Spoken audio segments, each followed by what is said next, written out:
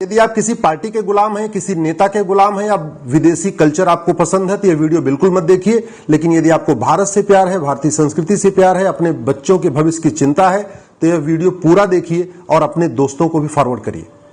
France के पास सब कुछ था, राफेल भी था, यूसीसी भी था, वर्ल्ड क्लास हाईवे था, एयरपोर्ट था, वर्ल्ड क्लास हॉस्पिटल, बढ़िया स्कूल कॉलेज, बढ़िया सड़कें, बढ़िया ट्रेन, यूएन की परमानेंट मेंबरशिप, वीटो पावर। कुछ काम नहीं आया। फ्रांस 15 दिन से जल रहा है और ना अमेरिका बचाने आया, ना रूस बचाने आया, ना चीन बचाने आया, ना भारत बचाने गया। कोई किसी को बचाने नहीं आया और राफेल भी काम नहीं आया, यूसीसी भी काम नहीं आया।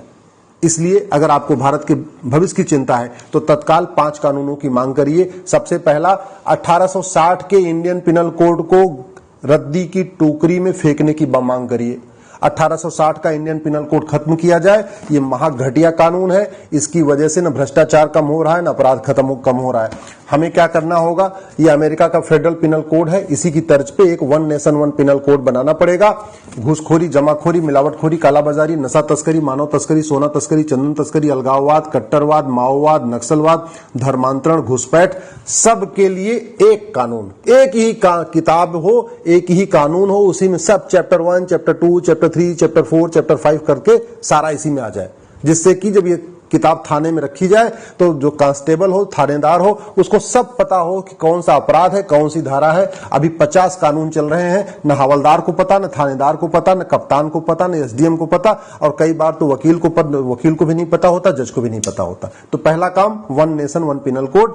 इसमें जो एक चैप्टर धर्मांतरण हो, एक चैप्टर घुसपैठ हो, उसमें धर्मांतरण और घुसपैठ को राष्ट्र की सुरक्षा के लिए खतरा घोषित कर दिया जाए और एनएसए लगाया जाए। राष्ट्र की एकता अखंडता के लिए खतरा घोषित कर दिया जाए और यूएपीए लगाया जाए। धर्मांतरण और घुसपैठ को ऑर्गेनाइज्ड क्राइम घोषित कर दिया जाए। गैंगस्टर एक्ट लगाया जाए। 100% प्रॉपर्टी जब्त किया जाए। 10 से 20 साल की सजा दिया जाए। मैं गारंटी के साथ कहता हूं धर्मांतरण भी रुक जाएगा और घुसपैठी अपने आप भाग जाएंगे। एनआरसी की जरूरत ही नहीं पड़ेगी। घुसपैठी इसलिए रुके हुए हैं, उनकी आवभगत हो रही है, उनको मुफ्त में राशन, मुफ्त में मकान, मुफ्त में दुकान मिल रहा है, वजीफा मिल रहा है, इसलिए रुके हुए हैं।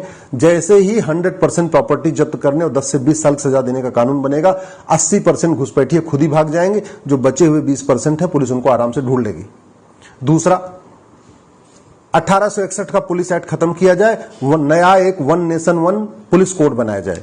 1 घंटे के अंदर एफआईआर दर्ज करना अनिवार्य किया जाए कि शिकायत के 1 घंटे के अंदर एफआईआर दर्ज करना कंपलसरी होना चाहिए और 1 महीने के अंदर जांच पूरा करना आवश्यक होना चाहिए। ये बाकायदा one nation one police code में लिखा होना चाहिए। पुलिस चार्टर लागू करना पड़ेगा। आज की डेट में यूपी की पुलिस अलग तरीके से काम कर रही है, केरल की अलग, बंगाल की अलग, बिहार की अलग, झारखंड की अलग। जैसा जहां पे जिस पार्टी की सरकार है उसी के अकॉर्डिंग पुलिस काम करती है। हमें ऐसा कानून नहीं चाहिए। आज जो पुलिस एक्ट है 1861 का, इसके कारण पुलिस सत्ता की गुलाम बनी हुई है। अच्छा शासक है तो अच्छी तरीके काम कर रही है, घटिया शासक है तो केवल वसूली करती है। ये वसूली बंद हो, इसका एक ही तरीका है, एक नया one nation one police code. तीसरा, 1872 का एविडेंस एक्ट खत्म करना पड़ेगा। जो एग्जिस्टिंग जुडिशियल सिस्टम है इसको खत्म करना पड़ेगा। एक नया one nation one judicial code बनाना पड़ेगा।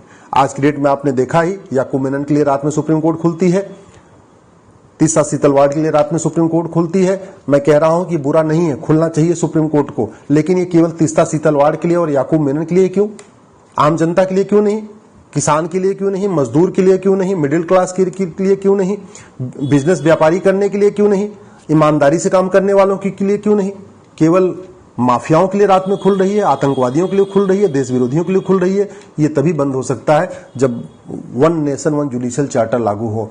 जब तक एग्जिस्टिंग जुडिशियल सिस्टम रहेगा, जो ब्रिटिश जुडिशियल सिस्टम है, तब तक जज अपनी मनमानी करते रहेंगे। उनकी मनमानी पे तभी रोक लगेगी जब एक जुडिशियल चार्टर लागू होगा, one nation one judicial code लागू होगा।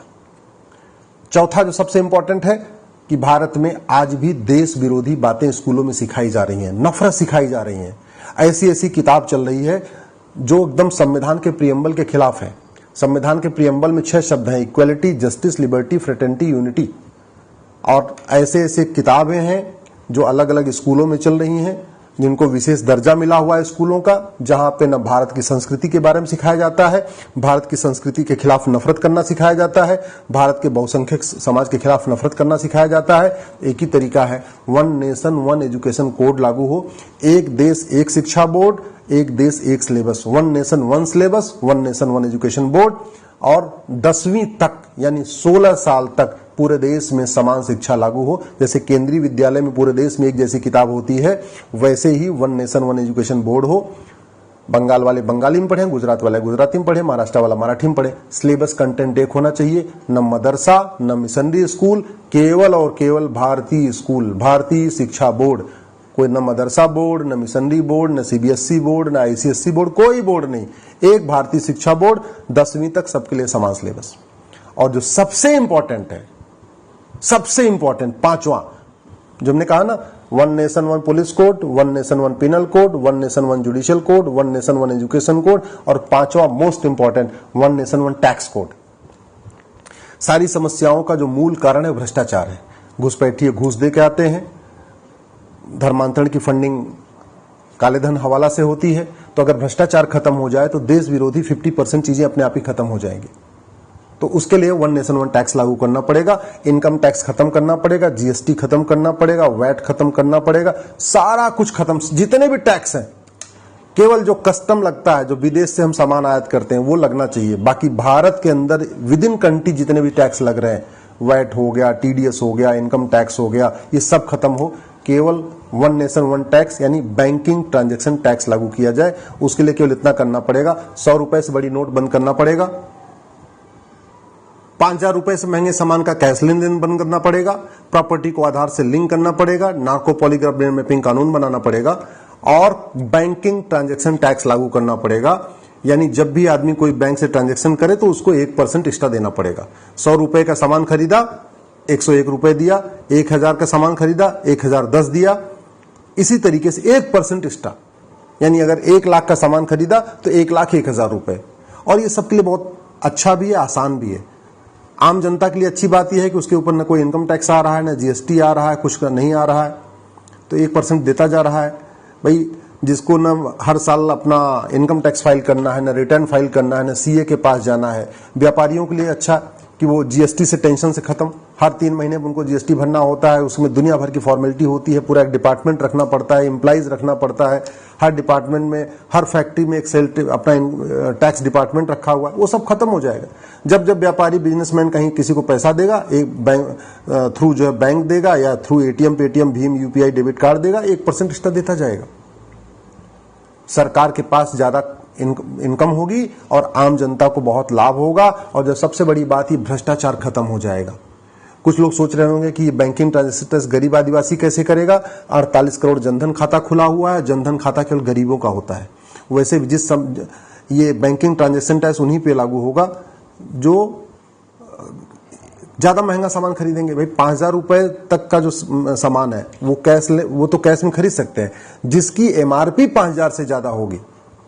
जैसे अगर रेल टिकट खरीदा 5,000 से महंगा, एयर टिकट खरीदा 5,000 से महंगा, कोई ऐसा सामान खरीदा जिसकी एमआरपी 5,000 से है, अगर 4,000 रुपए का शर्ट है तो कैश में खरीद सकते हैं। अगर 5,000 रुपए से महंगा शर्ट है तो उसको आपको ऑनलाइन देना है। तो गरीब आदमी तो वैसे ही बेचारा वो न आईफोन खरीदता है, न स्कूटर खरीदता है, न कार खरीदता है, मोबाइल खरीदता है। और वैसे भी भारत में 225 करोड़ खाते हैं इस समय टोटल, 130 करोड़ तो आधार बन चुका है। गरीब से गरीब आदमी बैंक से जुड़ा हुआ है। किसान सम्मान निधि जो आती है वो गरीबों को आती है। इसका मतलब आदिवासी, ट्राइबल, सब आदमी, हिंदू, मुस्लिम, सिख, ईसाई सब बैंक से जुड़ गया है। तो आज की डेट में बैंकिंग ट्रांजैक्शन टैक्स लागू करना बहुत संभव है। ये वन नेशन वन टैक्स लागू करते ही, यानी बीटीटी लागू करते ही, मैं गारंटी के साथ कहता हूं, माओवाद खत्म हो जाएगा, नक्सलवाद खत्म हो जाएगा। बीटीटी लागू करते ही जो मणिपुर जल रहा है, ये पूर्वोत्तर का अलगाववाद खत्म हो जाएगा। बीटीटी लागू करते ही जो कश्मीर में अलगाववादियों की फंडिंग हो रही पूरी खत्म हो जाएगी। बीटीटी लागू करते ही जो मिशनरियों की बहुत बड़ी मात्रा में फंडिंग होती है कालाधन और हवाला एफसीआरए के जरिए, उस पर रोक लग जाएगा। तो बीटीटी से धर्मांतरण भी रुकेगा, भ्रष्टाचार भी रुकेगा, थाने की दलाली रुकेगी, तहसील की दलाली रुकेगी, कोर्ट में जो न्याय बिक रहा है वो बंद हो जाएगा, जो घूस लेके जज किसी को जमानत देते हैं वो सारा सिस्टम खत्म हो जाएगा। क्योंकि पैसा लेंगे तो खर्च ही नहीं कर पाएंगे, जब खर्च नहीं कर पाएंगे तो पैसा लेंगे क्यों। बीटीटी ऐसा बढ़िया सिस्टम है कि इसमें पहली बात तो आदमी कैश ले ही नहीं सकता है, क्योंकि कैश पे बैंक से कैश निकासी पे भी बैन रहेगा। ज्यादा कैश आप बैंक से निकाल ही नहीं सकते। हर महीने की एक लिमिट होगी, हर महीने बैंक से आप इतना मैक्सिमम पैसा ले सकते हैं। तो ऐसे में 5 कानून सरकार लागू कर दे, 1 nation 1 penal code, 1 nation 1 police code, 1 nation 1 judicial code, 1 nation 1 education